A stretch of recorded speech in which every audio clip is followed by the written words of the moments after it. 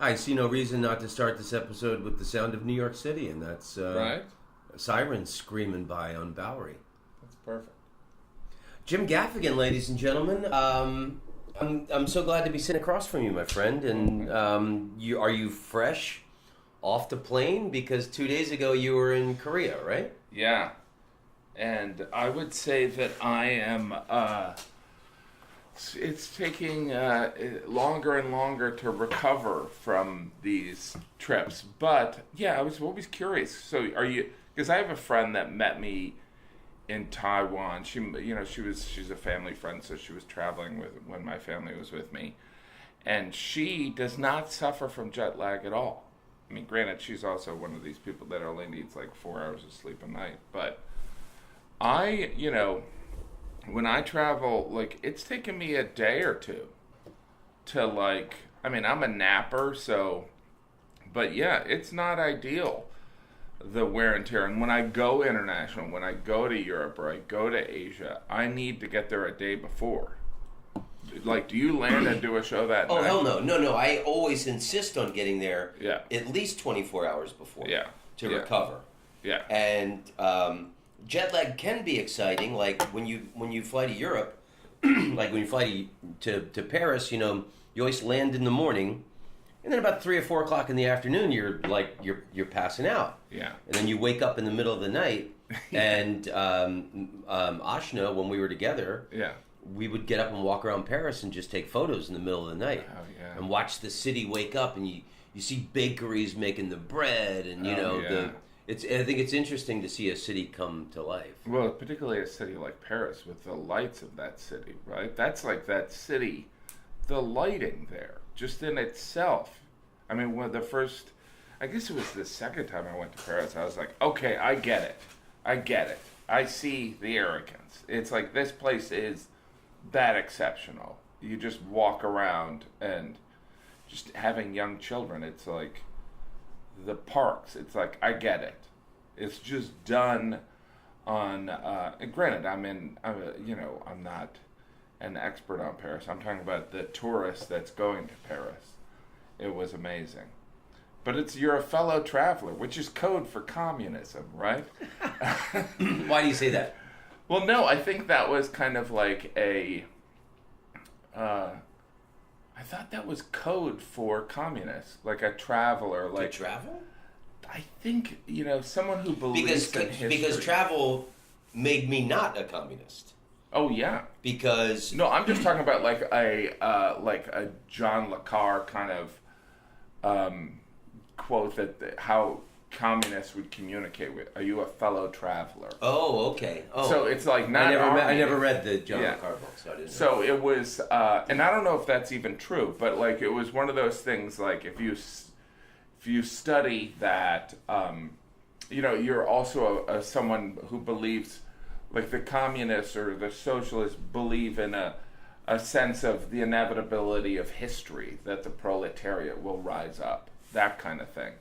But anyway, that's not what I mean. I mean a fellow traveler. I think they're stone cold asleep right now. I think that there are comedians, and I think you are the the founding father of this comedian that is traveling the world, and it's not based on practicality. It's not... Or making money. Or making money, because it's not there. It's curiosity. It's strange, because I think comedians, we travel so much that you reach a point, particularly when you are a road dog, where you're like, all right, you know what? Being in an airport doesn't bother me. Sitting in a cafe in an airport for 3 hours waiting for a connection, it's not the end of the world. And then there are people that can do that on an international basis. It's like someone who does get a kick out of waking up in a foreign city at 1 a.m. and walking around and getting a piece of fresh baked bread.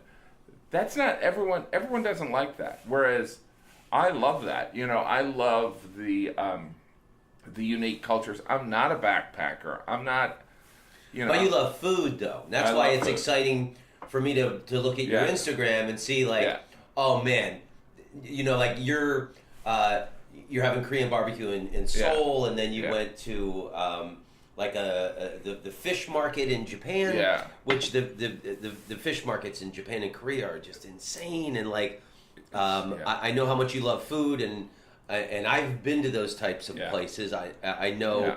I look at that, I'm like, oh man, that's great that you're experiencing nirvana and you're exposing your kids to that. Yeah, I mean, some of it's the food. I didn't have bulgogi until I was in my 40s. So your kids, they're not even like teenagers yet. No, and they don't, they would rather have fish, chicken strips or whatever, chicken fingers.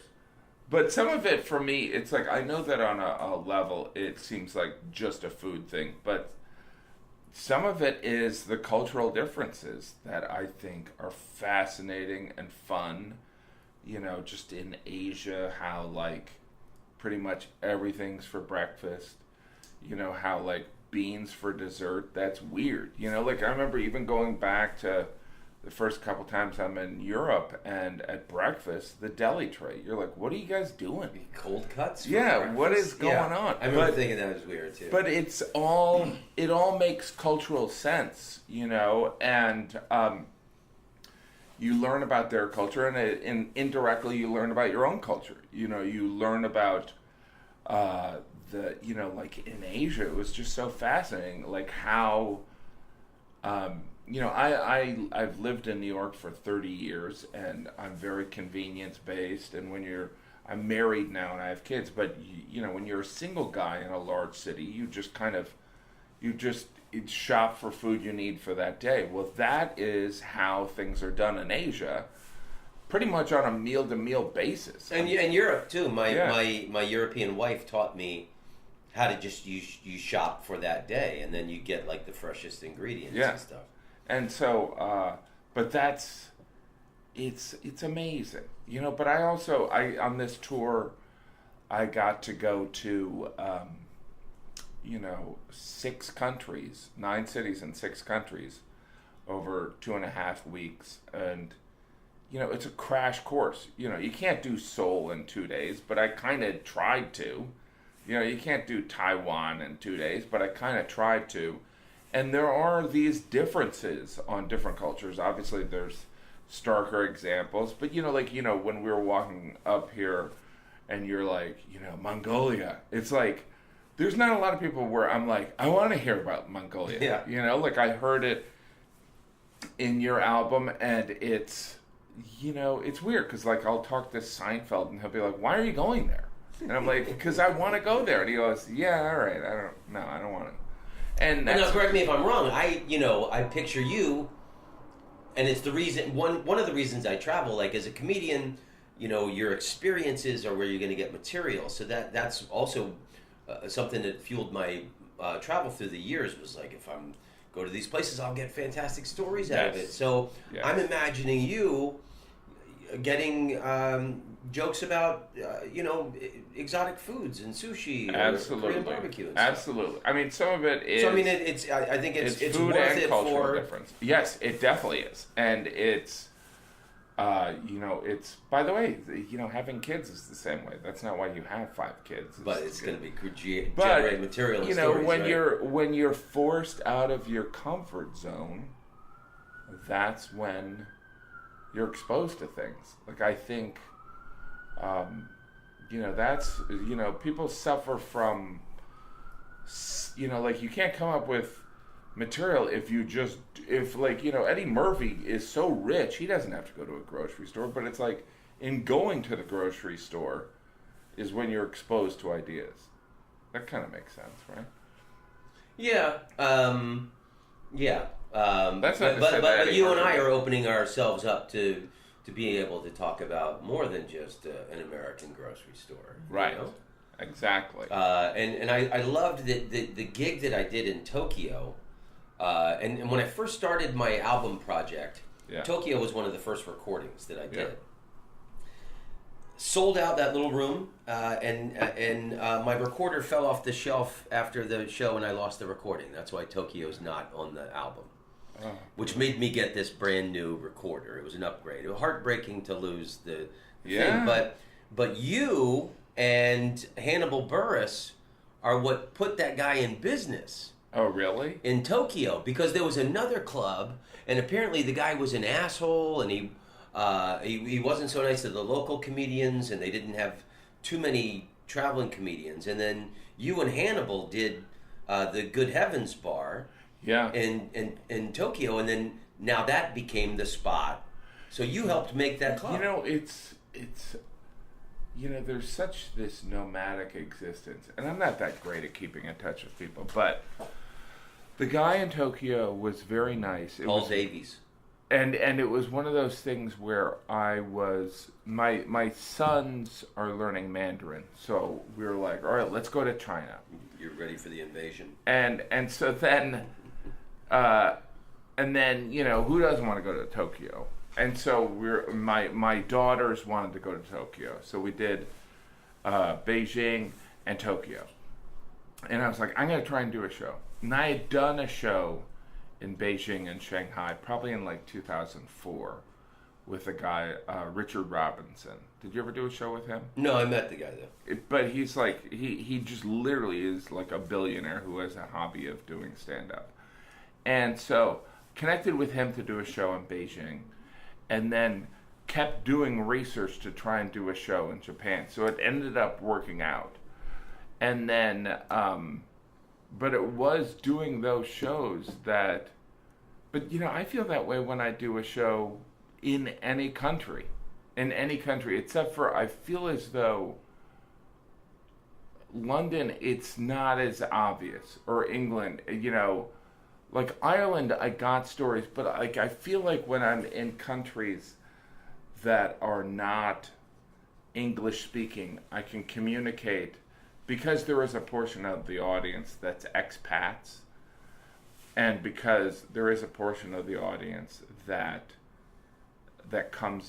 knows my sense of point of view, that there is a shorthand there that allows me to do, like they know that I'm not bashing on the culture. They know that I would only talk of whether it's Japan or Singapore with a certain amount of respect. You know what I mean? So like they're not so sensitive.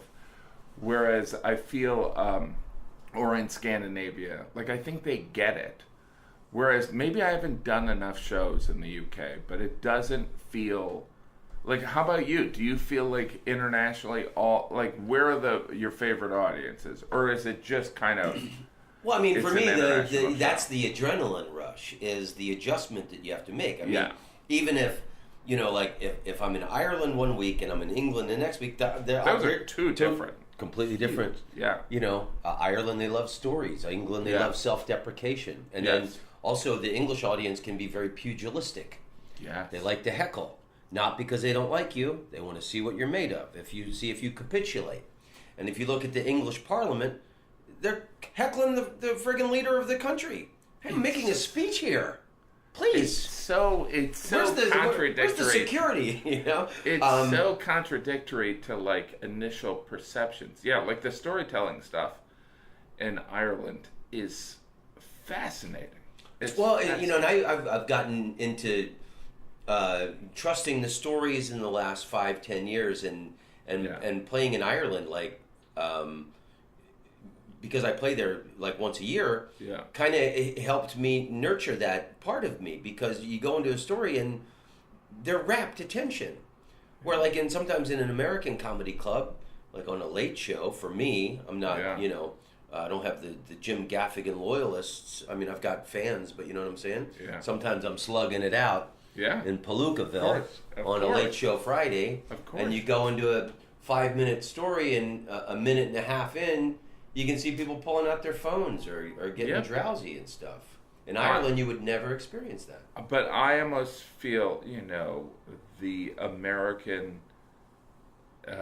impatience and efficiency I think that's important. I think I'm a 90s New York comedian, where it's like there's no song and dance. It's a telling a joke. You don't have to like the comedian, just like the joke. And so like having that as the backdrop, as I gained more comfort on stage and like storytelling, because as a comedian, it's all self-assignment. You know what I mean? It's like, I'm going to tell some stories. I'm going to do this. I'm going to be more confessional. I'm going to be more vulnerable and stuff like that. But I love the fact that the American kind of efficiency thing, it's strange, like I love performing in the UK, but I'm always kind of baffled by the reviews. They're always kind of like, yeah, it didn't have a theme. And I'm like, how about the theme of being funny? How about, and by the way, I respect that. I think it's a very interesting premise, but I won't give up the belief that any moment in your set where you're not about to be funny is inefficient. Now, people would disagree with that, and culturally, the Brits would say that's not the point of it. But I'm an American. The American comedy that I was trained and raised in was you trim the fat. Yeah. You know what I mean? Like, look. And I didn't, and I'm sorry to cut you off. I know exactly. I did Edinburgh in 2014, and I was very happy. I didn't get any really terrible reviews, but one of them said, it was funny, but he's just doing jokes and stories. But like, well, I'm a comedian, and that's what a comedian does. Jokes and stories. And if I had been molested by my uncle and purged myself and ended my hour weeping in the fetal position, that reviewer might have praised it to high heaven. Yeah, So it's my uncle's fault I didn't do better. It's interesting because I think the Brits having that theatrical tradition and that reviewing tradition, which is very democratic, the reviewing thing, but nothing's more democratic than an audience showing up and continuing to show up. You know what I mean? Yeah. So. Well, and like when I did Edinburgh, a lot of the British newspapers had cut back on the reviewers. So it was a lot of like websites. Absolutely. They were like college kids writing a blog post for free, basically. Yes. Instead of a professional critic who's been flown up there. Not that opinion is any better. No, some of it is, I have a larger theory on that because I think that was a big shift. That's a shift that's happened worldwide. Who are the people that who are the critic class? The people that are the critic class, I'm not going to sit there and pretend that I'm from the super humble beginnings, but like, I definitely didn't have like if I said to my dad, I need to do an internship and I need you to support me for 2 years after college, he would have laughed. But, so like, being afforded the position to be a critic or to have this opportunity to do a blog or something like that is not something that everyone who has to hit a paycheck to pay for their other ways of life can do it. So like when there was critics at all these media platforms that were paid a real income, and before it was consolidated, and then they're like, okay, who could we get to write this article for Time Out? $50. Right. Do you know what I mean? It changed. Well, that's what I did in Edinburgh. I thought if any asshole with a website can review a show, why can't I? So I had friends of mine that were doing the festival, and Tom Rhodes Radio Smart Camp, 5 stars. Yep. And some of them put it on their posters. Yep. Like, why can't you endorse me? I endorse you. If somebody who's not knowledgeable of comedy and show structure and joke structure can pick your shit apart, why can't I respect and love what you do. It's a different style than me, but I think you're a master.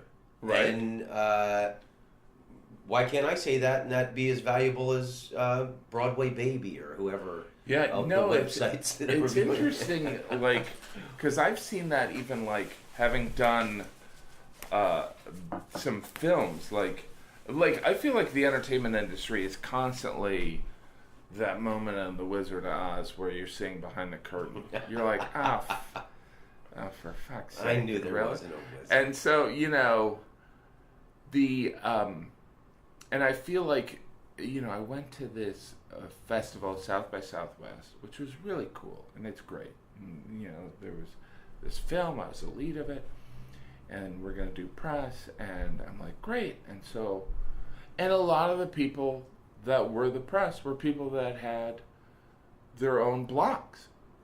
And I was like, oh, so it's just, and these people have very valid opinions, but I remember sitting across from someone, and they're like, what is this movie? It's a movie about this guy who has 2 families. And they're like, how does this movie advance transgender rights? And I'm like, it's in the 90s. It doesn't have anything to do with that. It's not like we're ignoring that. But this person, that was a very important issue. So every movie is meaningless that doesn't advance. She was, you know, she was trans herself, and it was a very sincere, authentic opinion of hers. And I remember thinking, oh, this is all, you know, like, you know, as comedians, we know you just got to do the goods. You just got to do the show. You don't have control over how the zeitgeist embraces things. You get lucky, you just hang in there and do the work, and then hopefully you get your turn at bat. But I'm just a sucker for it. Like, I'm kind of like, I've learned that lesson a million times, and I'm like, oh, wait a minute. Like, I literally did Letterman, and I kind of was like, backstage after Letterman, going, okay, what, do I get let in a room and Tom Hanks is there? It's like, I was very naive. And that's where, like, everyone has these moments where you sit there and you go, oh, this is so, like, family and friends, this is the important stuff. But slowly things chip away, and you learn that lesson again. I think Abraham Lincoln's like, he said that everyone has to learn things constantly, over and over again. Everyone is as happy as they choose to be, I think he also said that. Right. So what about I love that you're and I want to point out Paul Davies, the guy that owns Good Heavens. Yeah. Wonderful man from England. Yes. Married a Japanese woman. They got 2 kids, and couldn't be a better guy to go and sell out a show for. Oh, yeah. And well, there was another guy who kind of coordinated it, who was, I don't know, a Canadian guy. Japan, Tokyo Comedy Club or something. I don't know. Yeah. But I tried to reach out to the guy, and the email was dead. Oh, I got his information. Yeah. Okay. Yeah. So, but like I was saying, for me, the adrenaline rush is, you know, if you go to Ireland, it's different than England, and then you go to Holland, and then you go to France. Yes. And I like, you've got your core of material that's universal that you feel confident in. Yes. And then there's a percentage of stuff, well, I'll stay away from that. It doesn't advance transgender issues. Right. And I'm kidding. No, yeah. But what I always say is, you know, what you lose on jokes, you gain in observation. Absolutely. Because every country everywhere loves when you learn about their country, or you make observations that they may have overlooked. I mean, you know, like, I am going back to Barcelona and Madrid this summer, and I was going to do some shows in Australia. It's kind of a long story, but indirectly I had to go to Barcelona anyway. So I was like, I'm going to do a show. So, and it's great. All these people in these different countries are so resourceful, and it's so fun hanging out with them after the show. And they're like, they literally have pulled together these shows from nowhere. And they make some money, and you make no money traveling and doing international shows, but it's like, so anyway, so I did this show in Barcelona, and I think I landed the day before, I'm sure I did, because you learn that lesson pretty quick. where you need a day to like fall asleep at 3 p.m. and wake up. And you're still kind of foggy on and that. You're still a mess. And but I did this show in Barcelona, and I'm so excited to go back. And I landed, and there's cities like I had heard Barcelona's great, but it's an amazing city. Like, it's incredible. And from like design and history and culture and learning about Catalonia, and also just it makes you kind of contemplate things that Like, I remember my first joke when I got on stage was like, it's great to be here in Spain or Catalonia or whatever, what I said, Barcelona. And I go, what'd you guys do with the gold? Because like, if you love history, that the Spanish took all the gold from Central and South America. They took all the gold, brought it back to Spain.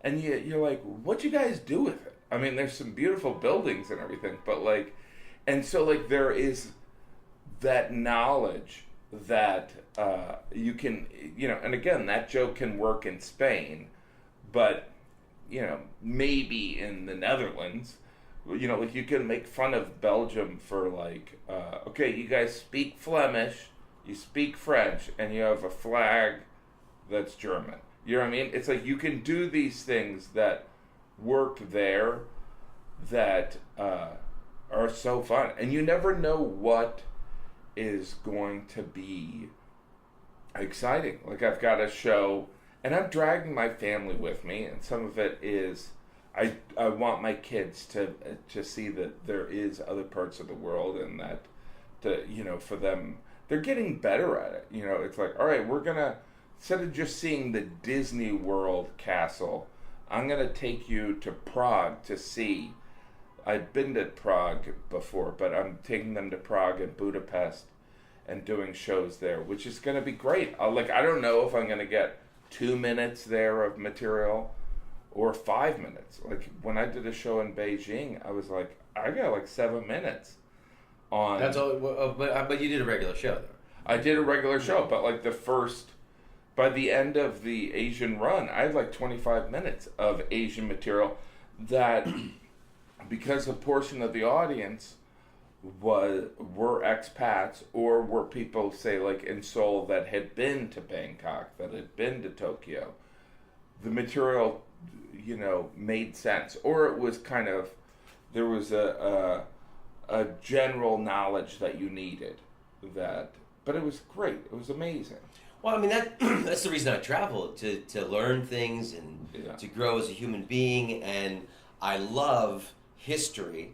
Yeah. And like, if like on my album, there's loads of these. Like, I would always try and write at least 5 minutes of material on each place that I went to. Yeah.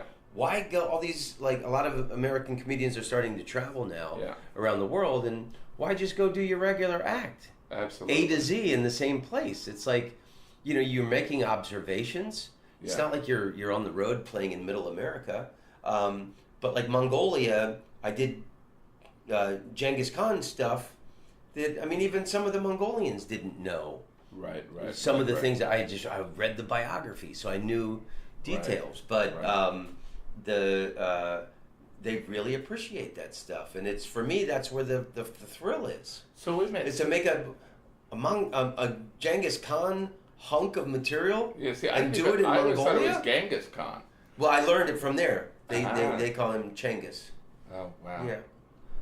That's so fascinating. And they're Gurs, not yurts. We call them for some reason. Really? Yeah. And it's fascinating also. I love those expat comedians. They're fascinating. Look, and this kind of goes back to my initial point of these, comedians are very unique kind of. I love comedians. But like the ones that are doing it internationally, they're even weirder. Do you know what I mean? And I mean that as a compliment. Like, there is something, and particularly the nomadic ones like you and I and Hannibal, it's like, what are we searching for? I mean, we know like what we're getting out of it, but like if you pulled back far and you looked and you saw us traveling the globe, there's no fame, there's no fortune. Yeah. It's an insatiable curiosity that is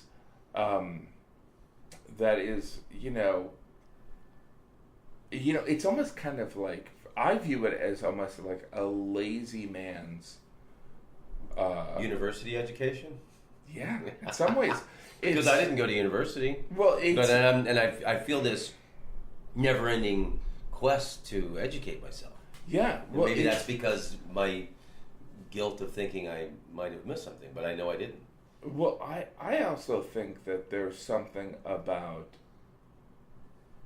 like, I don't know, I feel like I've never fit in anywhere, so why not go around? Like, I don't feel uncomfortable.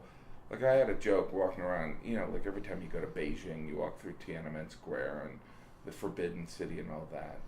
And there are Chinese tourists from inside China that, like, have never seen a white person before. Yeah, and so one's from the north. Yeah. A lot of, you always, when I've been in Beijing and people go, they're stopping white people and wanting to take pictures with them. And the Chinese people always would say, oh yeah, usually it's the people from the north of China, they rarely ever get to see white people, and they flip out. So they're looking, it's like they're looking at me like I'm a circus animal. And it's like, in a way, I'm kind of like, I feel like a circus animal. Anyway, you know what I mean? As a comedian, it's not that different from, but there is also, like, different, like the cultural nuance and the difference games, and it's a crash course. Each one is a crash course. Like, I don't read books about these cultures, but I'll try and do a fair amount of research. Like, I'm excited about, Prague and Budapest and crashing in on, like there are facts that I will bring up that maybe not everyone in the audience knows, but I'm very much of, like, when I've written with my wife, she's like, oh, I'm going to look up 5 things about that. I'm like, if we have to look it up, it's not universal. Don't. I'm kind of like your wife. I like to look things up, and then I also I'll read books months before I get there. I've got different obsessions about things. Yes. Like, I haven't been to England in 5 years. Wow. And I've always wanted to read about Lord Byron. Okay. Because, like, when he was famous, he was kind of debaucherous, and then he also was he was like the king of the romantic poets. That's something I was never interested in. Right. I know his life is fascinating. And then, so I thought, oh, well, I've got these, like, 3 books that I've always wanted to read, and I'm going to be in England for 2 months. I'm like, those are the ones I'm going to bring. Wow. Yeah. And then, before I went to France a few years ago, it was all about the French Revolution and reading these books, I like to prepare for a lot of my international gigs like it's, like a university exam or something. And that's basically, my album is the fruit of those writing projects. It's, like, you go and you realize, like, I did a show in South Africa, and I did Johannesburg and Cape Town, and wow, I mean, it's like, we're both of the same age. Like, we lived through apartheid going down, but you don't understand it until you're there and you're going through the apartheid museum. I'm not trying to say that I understand it like a South African does. But you're talking to, because I'm with my family, I get to do a tour guide, and I get the education for a 13-year-old, and I get to ask questions of someone who's informed. I get so spoiled, you know what I mean? And so, or you're in Israel, and you're like, you're in Rome, and you see, like, oh, this stuff is old, and then you go to Israel, and you're like, oh, that stuff's new. Yeah. That stuff's real new. And then you go to China, and, like, some of it is, there's seeds of ideas, like, that I'm so excited about. And they might not turn into jokes, but, like, I remember when I was in Thailand, and there's like the Southern Buddhists and then the Northern Buddhists. The Northern Buddhists are much more relaxed, but the Southern Buddhists, meaning the Thais, are way more serious about their belief system and their faith. And they're like, you're not coming in this temple unless you're wearing pants, or ladies are covered. And I was at this thing, and there are all these signs like having a symbol of Buddha in a bar is disrespectful, which makes perfect sense. Yeah, in Thailand you see that because like DJ parties will use the Buddha, and he's not for logo and advertising. I've seen those warnings, and it makes perfect sense. Yeah, but it's also like we wouldn't in the Christian world. We don't give a shit if you show Jesus, partying and dancing. But that being said, there are a fair amount of people that would care. Yeah, and so I just think that there is not, and I was looking at that and I was like, I can't think of an Asian themed bar like Tao or whatever, like some high end place where there wasn't a Buddha. Yeah. Where there wasn't a Buddha and girls were getting their pictures next to Buddha. You know what I mean? It's just like you also realize this kind of white European culture that not that long ago were worldwide dicks. You know what I mean? It's fascinating to get exposed to oh wow, all right, to be in China and hear about the Opium Wars, and to be so in Vietnam, you understand, you take a look at some of this stuff, but then again there's other stuff that I don't know about that I think is just comes up as a topic. Like I did this joke in Thailand about Burma. So Bangkok was a capital that was established because Burma would invade, and so they kept moving their capital. And I was like, and now it's Myanmar. And so I was just on stage. You have these comic ideas, and I'm like, Burma, Myanmar. It's make up your mind. It's just a stupid thing, but it's I was comparing it to that friend that changes their name they're 40 years old and they're I'd like to be called Paisley now, and you're all right, Paisley. But it's just a funny thing. But then again, that's different from, we know that when we were kids, Beijing was Peking, but that was because the English guy that was translating things really sucked at it. It was always Beijing, but he's Peking. No, but it was Peking forever, though, right? No, it was just his misinterpretation of the name of the city. The city was, let's say, Beijing, and he was kind of okay, let's call it Peking. It was just a very kind of lazy interpretation. That's the same with Bombay and Mumbai. Mumbai, I mean. So we were. It's funny. This just came up with W. Kamau Bell. We were just having the same thing, and I thought, I mean, I don't know exactly for sure, but I do know that what is now Beijing was once Kublai Kai's summer camp. Wow. The city grew out of Genghis Khan's son, where he liked to hang out in the summer and fatten up the horses and. Wow. So, what about the Terracotta Warriors? I've never been. Have you been? Oh my God, I'd love to go.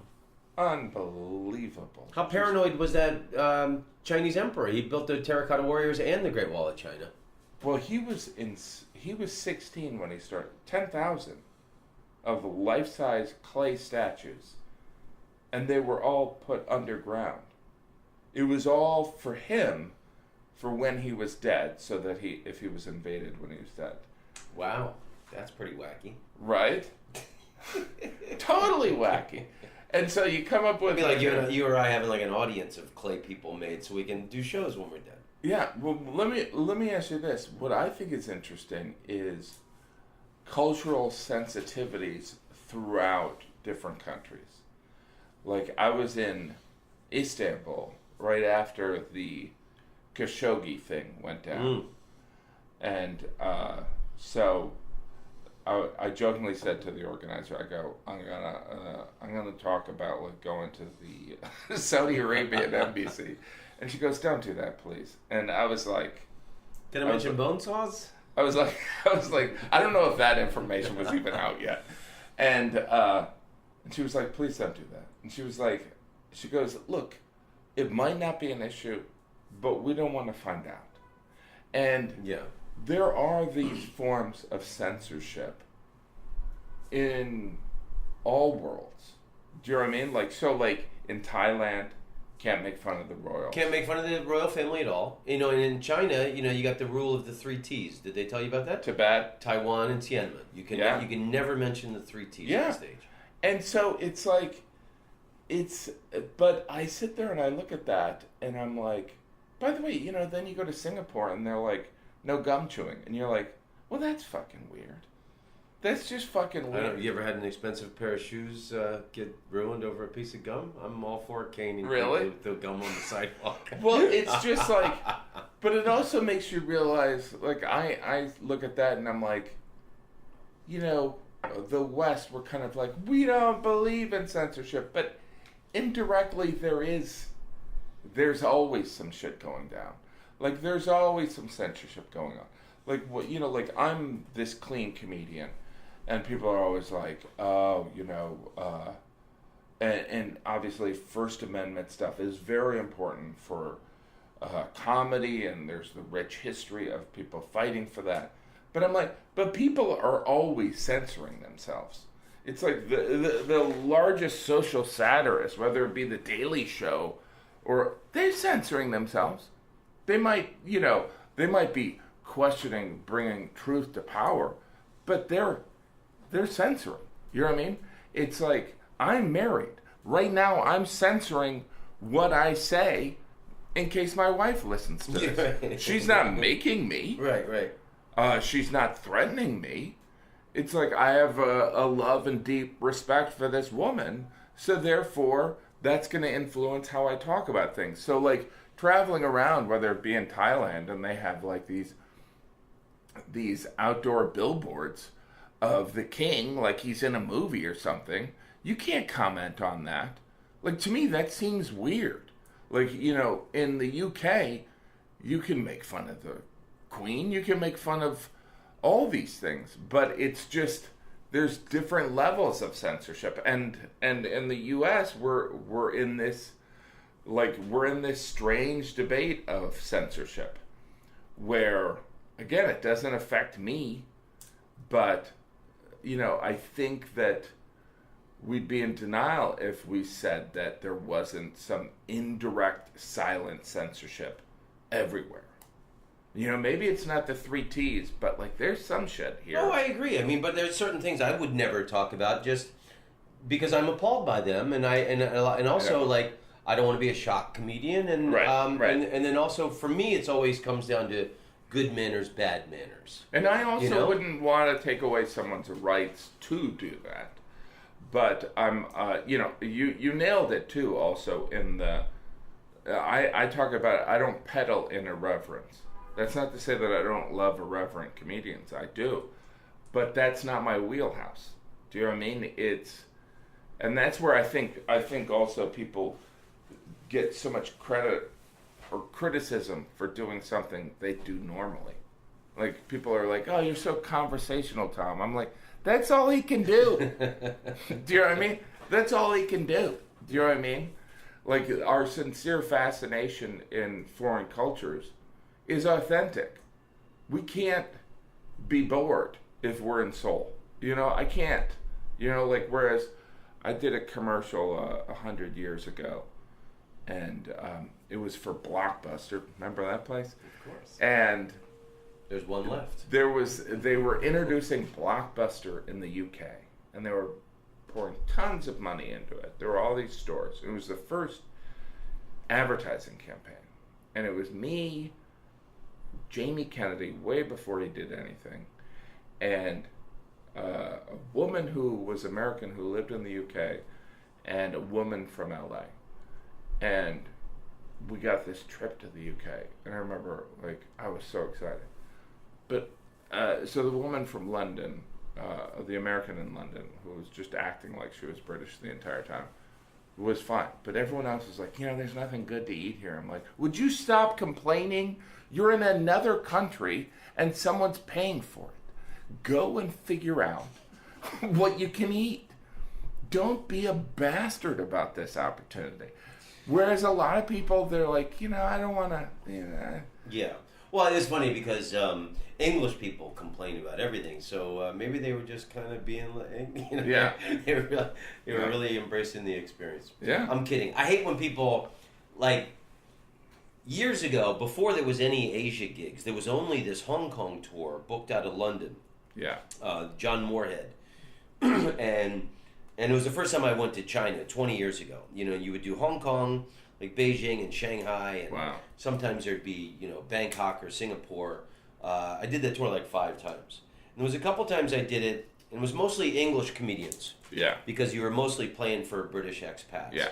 And there were a couple guys that I toured with, and they could only eat in British pubs, like shepherd's pie, or only like fish and chips. And it's like, why would you even get on a plane if you can't eat anything that's not of your origin? I don't begrudge someone, having a nice home-cooked meal. I'm not saying I didn't land back in the U.S. and say, all right, I can get a burger again.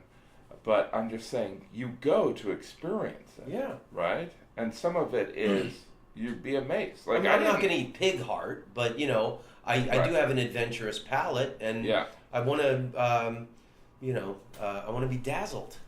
Right?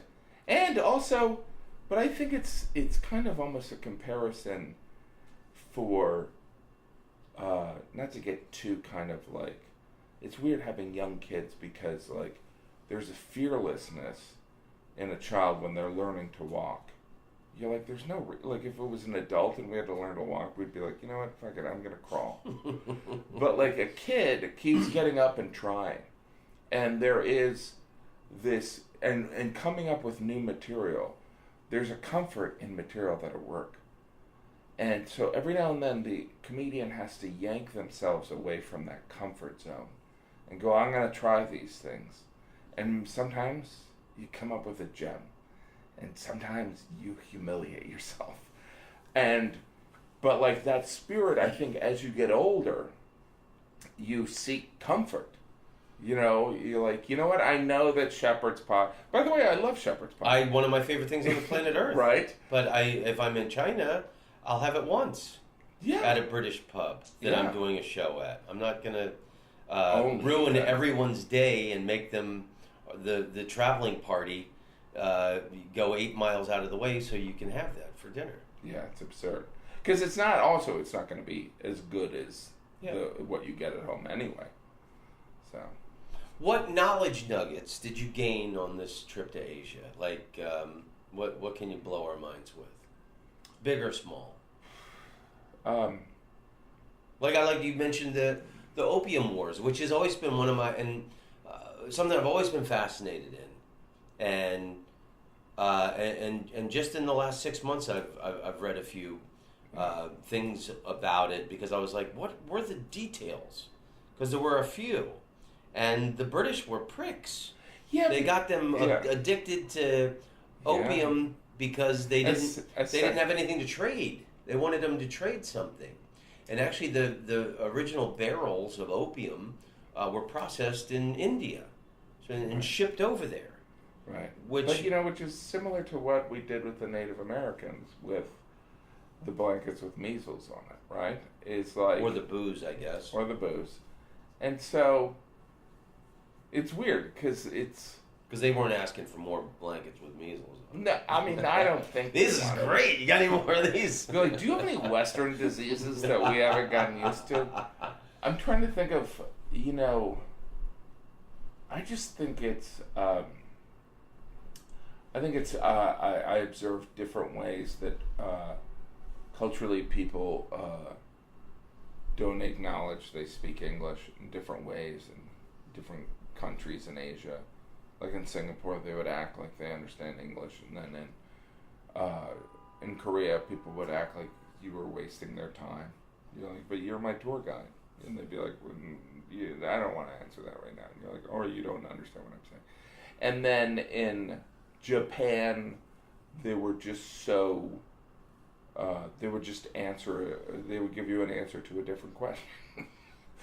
And you'd be like, they'd have such conviction to it. You're like, maybe is that the answer? You know, but I don't know. It's like some of it is just. I don't know. There wasn't certain things. Some of it is like landing in a country and realizing that in Thailand, for me, learning that they were never a colony. They were never colonized. They were never a colony. There were 4 countries that were never colonized. Modern countries that were never colonized. Thailand, Korea, Japan, and Liberia. But Korea was controlled by the Japanese from... but they were, yeah, I mean, they were... to 1945. By the way, another thing that blew me away was that Taiwan, so fascinating. Like, I didn't, we know that, like, in China, that Mandarin was kind of, like, there was this competition between Mandarin and Cantonese, and Mandarin just barely won on a national language. But, like, the grandparents, so people's grandparents in Taiwan speak Taiwanese and Japanese. People in their grandchildren speak Mandarin, because Chiang Kai-shek came over and said, you guys are speaking Mandarin. And they're like, we just fucking learned Japanese for 60 years. It's how flexible it was. And also, I didn't know this, that in Taiwan, the Chinese weren't always there. There was a native people similar to the oceanic type of people in Taiwan that were not Chinese, were not Han Chinese. So, like, I was kind of giving people shit there. I'm like, before you guys took over the place, there were these nice, and they'll like a friend showed me a picture. They look kind of like they're from like Samoan. And so that's one of the things that I think is really interesting. But Taiwan, for like 60 years, Japanese, we know that, like, the Japanese, the crimes that they did in the rape of Nanking. Nanking, oh my God. Right. I did a show in Nanjing, and I went to that. I want to go to that museum. I went to the museum before, and I was just completely destroyed. I was crying. I wasn't ready for the level of evil that the Japanese had inflicted on them, and I had cried my eyes out, and then I had to go and be perky and funny. Yeah, it was. I do not recommend going to a Holocaust memorial a few hours before a comedy show. Wow, so like that's that powerful, right? Yeah, they made games of killing the most people and bayoneting babies. They made sons have sex with mothers. It was like real, like the most disturbing shit in human history. You could imagine. So, and then they made the point that these Japanese soldiers had families, and they probably had pictures of their kids and their wives on them while they were doing this, like, really horrendous shit. But it's also fascinating to consider that they didn't do that in Taiwan, but they did horrible things in Korea. It was also interesting how palatable it was to see how you walk around Berlin and the Germans are kind of like, they're putting it out there. It's like, it's like you can't walk 3 blocks without running into some memorial of World War II. And there's a difference between, I think that, and again, I don't know this, but, like, obviously there's Hitler, but, like, in Japan, I almost feel like it goes, it's tied into the Shintoism, which is, we're all related to the emperor, so therefore we're in a way, we're gods, we're master race, and, like, there was this steps. Have you ever, like, learning about the steps that think it was the 8 corners of the world that the Japanese, like, fascinating to learn that the Japanese took 200 years off from Western civilization. Like in the 1600s, all these Portuguese came over and were converting people, and the Japanese emperor and the shogun were like, get these people out of here.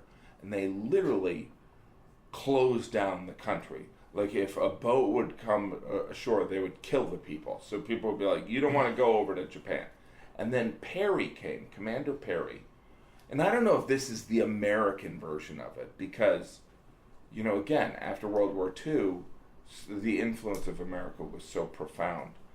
But it was like 1865, after the Civil War, where the Americans had all these guns, that like, so 1865 to like 1895,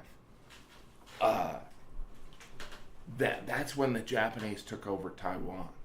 Like, it was not that long. And then it was like 1910, they kicked the shit out of Russia. Like, it was really quick. And then they took over Korea. And then they took over China. And then the plan, I think the plan was not to go after America yet. It was about natural resources. But the last step of the 8 corners of the world was Europe. Like, they were literally going to rule the whole world, not touch Europe until they had everything. So it would have, similar to like when you learn history about World War II, and the Civil War, it's like, it could have gone the other way very easily. Like the Civil War, like the North was getting their ass kicked for years. For fucking years.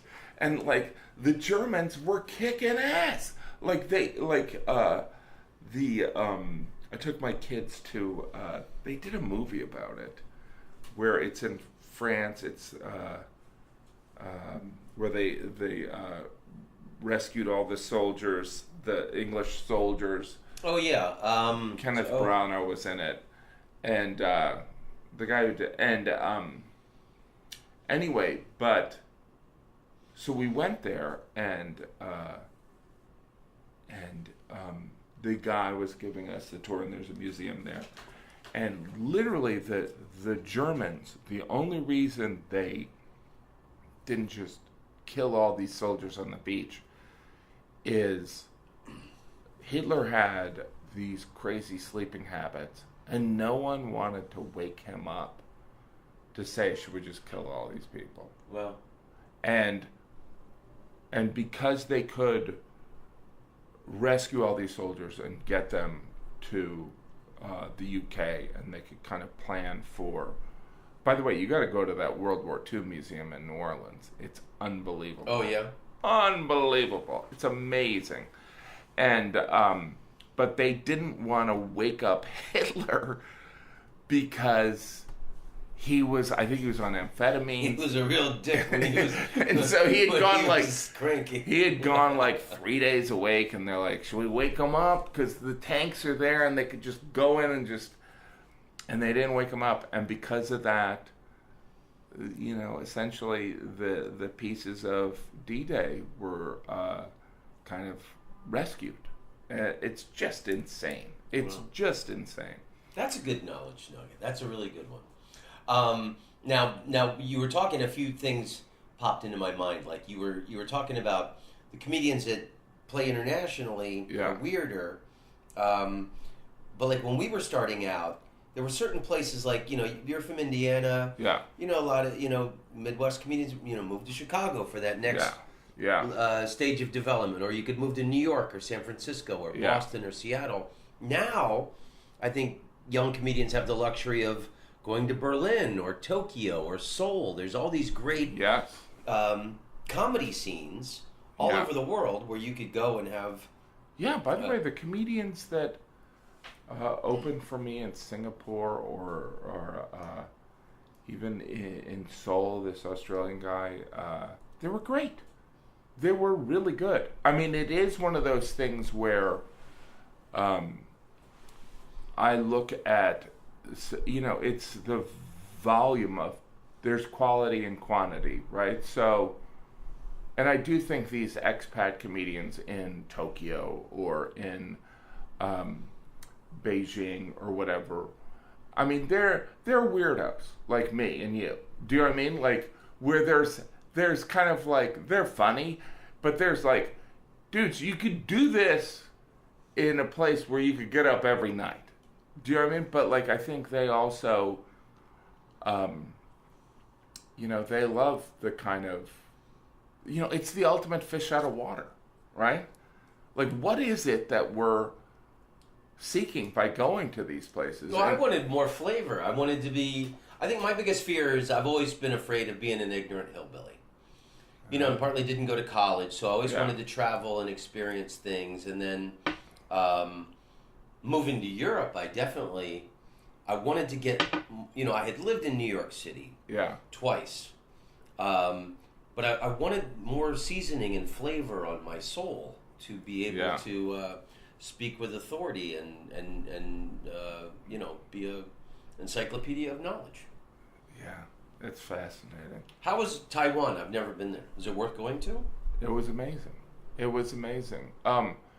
It feels as though, well, you can see the American influence in Taiwan as similar to like Tokyo. Obviously, the Japanese culture is so strong and so rich, but like you can see, like it's more of the American influence is probably more in Taiwan than it is the remnants of it in Japan. It is it's fascinating. Like, look, Chiang Kai-shek lost to Mao Zedong after they fought the Japanese together, or kind of together. And 2 million people and their including soldiers and their family, were like, all right, we're going to Taiwan. We're going to come back. We're going to regroup. And they never came back. So 2 million people arrive at this island, which is a pretty significant island. It's not that small. And there were already 6 million people there. So they had to absorb 25% additional people. So what I would say is it's very, again, from being there from 2 days, it's like, it's a unique Asian culture like any of the other ones. It's definitely Chinese. It's tropical, but it's not as urbane as, say, Singapore. I've been to Xiamen, China, which is the closest city on the Chinese coast to Taiwan. And I was surprised to see that there are tropical places in China. There's palm trees. It looked like, there's monkeys everywhere. There was monkeys in Kyoto. We went up a mountain and there were monkeys. And I was like, are these monkeys here? Did you guys put them in? And they're like, no, they're here. That's in Tokyo. You know where I wanted to go was Okinawa. Because I think Okinawa was not always part of Japan. No, it wasn't. I've been to Okinawa a few times. Yeah. I've done shows for the Marines there. And they say it's the Hawaii of Japan. It's okay. I prefer regular Japan. Okay. But yeah, like you weren't even supposed to. They weren't even supposed to teach karate to foreigners. It was exclusively Okinawa. So, all right, I don't think they considered themselves part of Japan even up until the war. I think it was after Karate Kid. What? Let me ask you this. I think Russia. Have you performed in Russia? No, but I've been to St. Petersburg, and I loved it. I was there in the white nights of summer, where the sun doesn't go down until like 6 a.m. It's worth it to go there just for the Hermitage. It's the greatest art museum. And then there was a wonderful documentary 10, 20 years ago about how they saved the art of the Hermitage during World War II the siege of Stalingrad, yeah. which is what we now call St. Petersburg. The employees of the Hermitage, who people make probably $10 a month, they loaded up all this art onto these trains, and the city's being bombed, and there were all these trains full of art on the tracks, just stuck. They could have been blown up at any minute by the Nazis. They didn't. It just by pure chance and luck, it didn't happen. Wow. There's a great documentary series on Netflix, about the czars of Russia. Oh. Which is pretty fun. What's it called? I'd love to see it. I think it's Czars of Russia. Okay. But it's a British lady. And they talk about how, it started with them just, it was kind of like these noblemen, they're like, all right, we got to pick one guy. And they picked this one guy, and he's like, I don't want to do it. And they're like, and then his son was Alexander the Great. And he was the one who was like, he was obsessed with, he wanted a navy. He goes, I want a navy. But there was no navy. I mean, there was no St. Petersburg.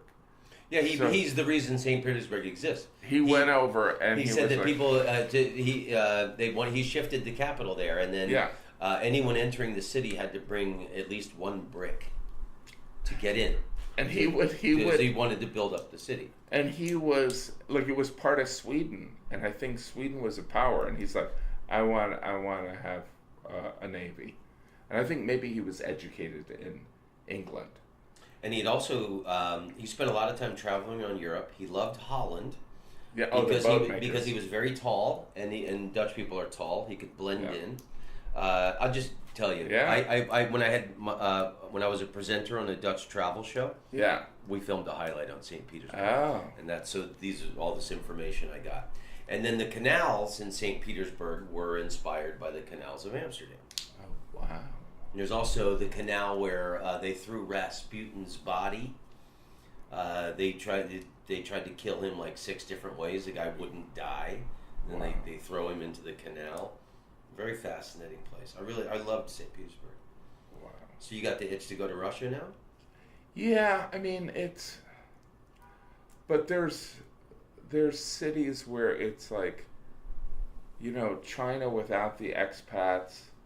I don't know if, do people speak English there? I don't know if there's enough expats. I know that there was a gig in Moscow where they were bringing up comedians from London, but that was like 10 years ago, and I haven't heard anything about it since. Wow. What about Budapest and Prague? I've never been. Have you been there?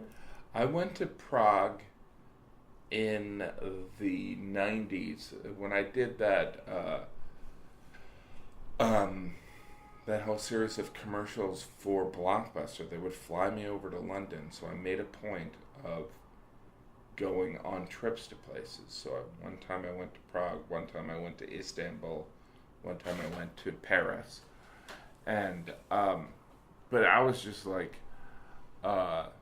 but it'll be interesting. It's like, I remember, and it was the 90s where it was like, it was just opening up, and it was flooded with American students. And now I think it's kind of like a party city where like people have their bachelor party there. So I don't know. There's supposed to be these mosaic sidewalks in Prague. Oh, really? That I've heard about. I've always wanted to see it. It's supposed to be stunning. Vienna? You done Vienna? I've been to Vienna. I have not performed there. What about the Baltics? I've been to Tbilisi, Georgia. Really? But I have not been to Romania and Hungary. I'd like to go to Romania and Hungary. What? So Tbilisi, what was that like? There were an old friend of mine, guy I've known forever, was an executive. He's from Dublin. Was an executive for the Irish Electric Company. And they would go around putting in energy systems for developing nations, like in Africa.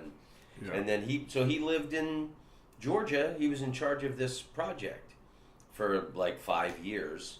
Wow. And he's a wonderful friend of mine throughout my life. Wow. He's older, like 15 years older than me. And he flew me there to perform for the people, not only that work for him, but there's a lot of them, like American service people there. There was. Yeah. Wow. So it was like I think Stalin was from Georgia. Stalin was from Georgia, and they loved him. So you go to Tbilisi, and it's like Stalin vodka, Stalin soap, Stalin cigarettes. Stalin's on everything there. He's their dude. And as nasty as he killed so many people, he was good to he was always good to Georgia. Yeah. And I think that when the foreign minister of Russia, during the collapse of the USSR, he was Georgian too. But anyway. Well, I know we don't have too much time left, but what are what interests you the most now to go and educate yourself, like, in the world? Because you know, I think you kind of nailed it. That you and I both travel for lack of a better word, curiosity. I say, like, to erase the fear of me being an ignorant hillbilly from my own university education. You know, I didn't have Jim Gaffigan as my dad to take me to. Right. You know, so like, what big trips for gaining superhero powers are you? I would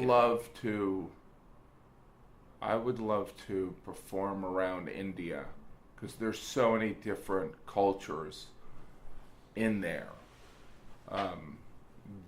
But I also know that I want to do it at the right time of the year, and so I don't even know that. Like monsoon? Monsoon I don't want to do it, because that's right around the equator too. Like, I'm also I don't like hot weather.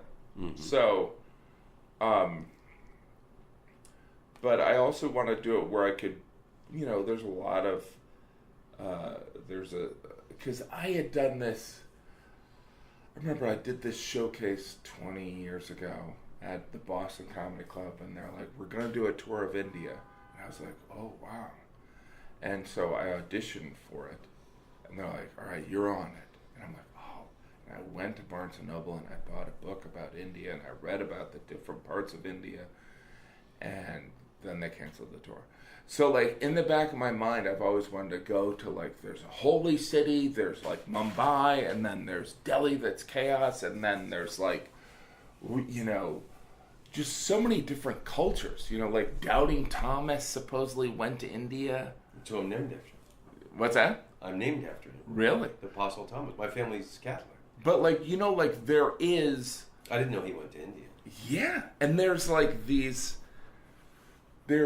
Christians there that claim to be, you know, like, they're like, hey, yeah, Thomas told us all this stuff. And like, people on the West are like, what are you talking? Like, I mean, I think that's fascinating. You go to, like, you know, just even Israel, you go to, like, these 3 different quarters, and, like, there's, like, the Armenians. I want to go to Armenia. It's like the Armenians got their own quarter there. In Jerusalem, yeah. Yeah, you're just like, what? How did you guys do that? And they're like... In Glendale. You know what I mean? We're like...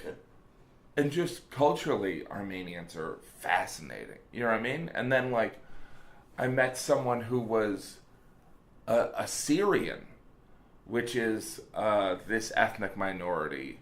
I mean, someone... Oh, here, I didn't know about this. Do you know about it in China, the Uyghurs or the Uyghurs? Mm-hmm. They're an ethnic minority in China that is Caucasian. And supposedly... They call them Uyghurs? I know. What? And, but I think they're in it's a pretty current Western China. Mm. And they are... So, like, I think it's interesting that there's Muslim Chinese. Yeah. That's fascinating to me. Yeah. Do you know what I mean? Of course, yeah, like in Shanghai, this street food tours that I've done there, some of the best stops are these Muslim noodle shops where they sit there and they'll hand pull these noodles, and it's specifically the Chinese Muslims. It's this these noodle dishes from that area, and it's like, wow, it's delicious. And then hearing from Chinese people, it's like that's our, like their Muslim problem is they describe it as if there are criminals in China, they're Muslim. And you're like, that's fascinating. It's like, anyway, I could talk about this forever. So why don't you pitch like a food travel show? Like Bourdain is gone, and you're so much more accessible and less cranky. Because I've got 5 kids, and so I'll do it in doses. Like I don't mind being away from my family for a Friday, Saturday, Sunday, but I don't want to, it's like, I don't want to be gone forever. I mean, there's part of me that would love it, but I don't want to, like, come back and be like, and my kids are like, you weren't here ever. You know what I mean? Which my wife kind of gives me shit on being gone so much anyway. But at least if I bring them with me. But I also want them to, I try and schedule stuff around tours. But it is weird, my approach when I do international shows versus domestic shows, because domestic shows I'll be like in beautiful Utah or beautiful parts of Florida, and I won't, some days I want to leave my room. Whereas like if I'm in Budapest or Madrid, I gotta go out there. Yeah. So. Something I just saw you post yesterday was about this book that's coming out about Greg Giraldo, and I love the story that you wrote where he was one of the first friends that you made in comedy when you moved to New York, and I thought it was an interesting thing that you wrote in the story that Greg Giraldo wanted to be Brian Regan, like a clean, great comedian, and then I forget who you said, but I wanted to be Dave Attell. You wanted to be Attell, like that's fascinating to me. Yeah, I mean, because I think there's... Because Greg ended up being edgy, and then you ended up being very... more accessible. Like Brian. Yeah. And I think that it's one of those things where, I don't know, like, did you find your point of view right from the get-go? Because I feel like I tried on a lot of different things. I mean, and that's I'm always evolving. Yeah. And I've had this conversation with a few people recently, like... where someone was talking about some younger comedians being dirty, and I was saying, well, that happens for most of us, because dirty usually works, always in clubs. And when I was younger, I liked being edgy or doing dirty stuff, but now that I'm getting older, and I've lived all this life, and I know so many things, I'm trying to do the smartest material that I can. Yeah. Because my favorite kind of comedy, you learn something from. Yeah. So, like... I'm trying not to do any dirty stuff. I put out a little short clean album last year, and I want to do the next project like that. I really, it's just like human evolution as a comedian. You should be evolving. Well, it's like we said before, it's all self-assignment, and some of it is. Also, like I said, it's kind of like what works. I mean, so for me, it's like I tried on a lot of different styles. I mean, I have tapes of me smoking a cigarette on stage. And people are like, what? And I'm like, yeah, And because I did smoke, and it was not that rare for, you might have smoked on stage back too. Back then, in the old days, you could smoke in clubs, smoke on stage. And it was just finding your point of view and finding also what is authentic to you. So it was this interesting thing. The irony is, though, like what I also said about Greg, is that he was known as this roast comic, but I think that was a mini phase he was going through. I think that, and he was very good at it.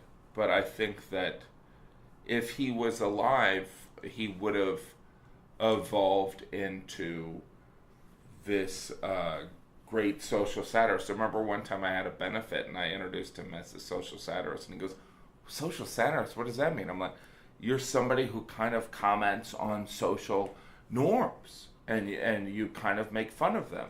And he goes, that's not what I do. I'm like, it is.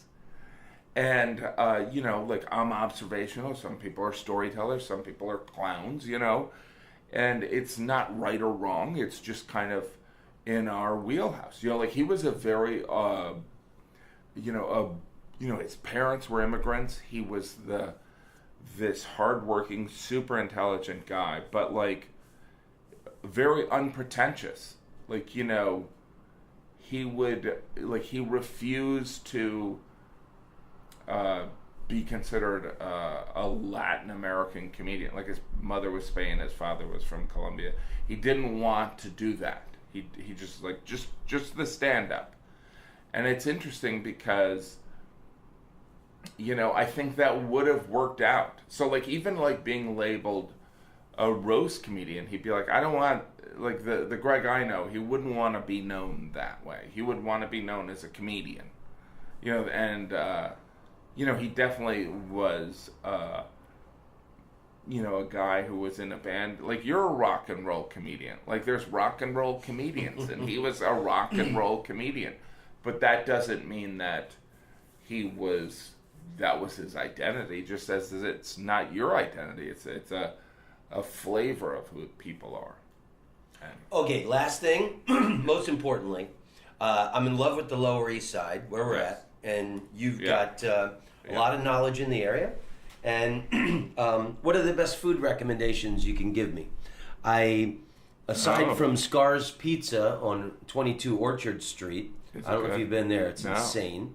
And then I hit Taka Ramen, 170 Allen Street, incredible. And then yesterday, and this is because I went to Tokyo 2 years ago. Yeah. I'm like obsessed with ramen and that's so noodles. interesting. So I went to this place yesterday, Minca, Minca, 536 East 5th Street, between Avenue A and B. What delights should I hit in the Lower East Side? What are your favorites? Here's the thing. It's so interesting because when let me set this up. So, like, when I'm in Seoul, I can go out. Like, I'm going to leave here and go and eat dinner with my family. And it's Friday, so I'll let them have screens and watch a movie or whatever. But I'm not, it's like my life is, when I'm in New York, is doing sets and then coming home. And it's not, because we have so many kids and there's, parent-teacher conferences, all this stuff, there isn't, like, and we work at night. I'm not somebody who's, like, it has this kind of, like, exploring restaurants kind of thing, which is ironic given so much how much I love food and everything. But I would say that, look, I'm like, I was in Asia for 3 weeks. I'm dying to go to, I think the Mamoons in St. Mark's is better than the one on McDougal. Yes. Seriously, I didn't know there was a second one. And that, I've been eating Mamoons for, Jesus, I think 30 years. I think that's also, like, particularly if you What street is it on? 8th Street, St. Mark's. It's between probably 1st and A. And it's, particularly if you like vegetables, like the stand on McDougal is good for shawarma. But, like, if you like hummus with all the Middle Eastern vegetables, that's the place to go. There's a place, I haven't been there in a while, but Porchetta, which is insane. So, like, that what is that? That is Italian? That is purely, but it's like a little stand connected to a restaurant, but you go there and it's pork. It's deep fried pork. If you eat pork. I do. It's insane. So it's like, that's one of those things where it's, Porchetta? Porchetta. And where is it exactly? I don't know, 7th Street maybe? Okay. I think this place went out of business. Queen of Hearts pizza place, which was a good hang pizza place, kind of restaurant. But, like, I don't... Right across, there's a place called, what's it called? Jeez, this is me being out of town for a while. It is called Il Buco Alimentari, has an amazing sandwich. It'll cost you $12. But it is an amazing sandwich where the bread, you're like, oh, the bread. But that's a combination of super high quality and kind of fancy food. Okay. I got it. I'm going to go eat right when we finish this. Yeah. I think also, over south of Houston, there is parm is amazing, and then that's like you get a meatball parm or you get a chicken parm, and then also Habana, which is it's a Mexican restaurant. No, it's a Cuban restaurant that was started in Mexico, and then it's that kind of thing. So that's kind of like Cuban-Mexican combo, which is amazing. And then on that block, there is the best guacamole, which is on, it has a taco truck. I can't remember the name of it. I don't know the names of these places. I just know I'll have to walk are. around you next time I'm in town. We'll have Yeah. to do a little food tour. Jim, I appreciate your friendship. I appreciate you making time for me today. Sure. Very quickly, where's your favorite place in Indiana? Favorite place in Indiana is Shoop's. It's a burger place. And what is your favorite line from the movie Hoosiers? I don't know. I don't know why that just popped in my head. Yeah. I know her from Indiana, like some cries Gene at Hackman. There's Hoosiers. There's also Rudy. Rudy is a classic. You know what I mean? There's like. It's weird. Growing up, I was like, "What? Every state has a movie all about them," and but I don't know. The Hoosiers. It's been a while. Been a long time. It just popped into my head. Breaking Away, great movie. All right, Jim. Long may you run, my brother. Thanks, buddy. Long Appreciate may you run. Shalom, amigo. Shalom. Tom Rhodes, you're a funny man. Tom Rhodes, you're an international comedian. Tom Rhodes, karate kick, baby, oh yeah. Tom Rhodes, you're a groovy dude. You go all around the world, telling jokes to all of the people.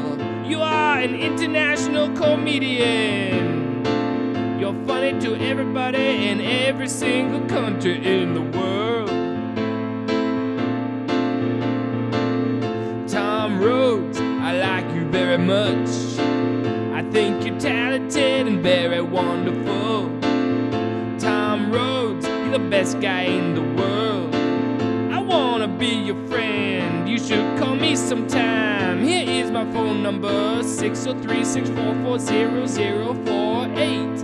Yeah. Tom Rhodes, you're an international comedic sensation. Tom Rhodes, I like to listen to your podcast. Tom Rhodes, you're the best man to ever walk on the earth.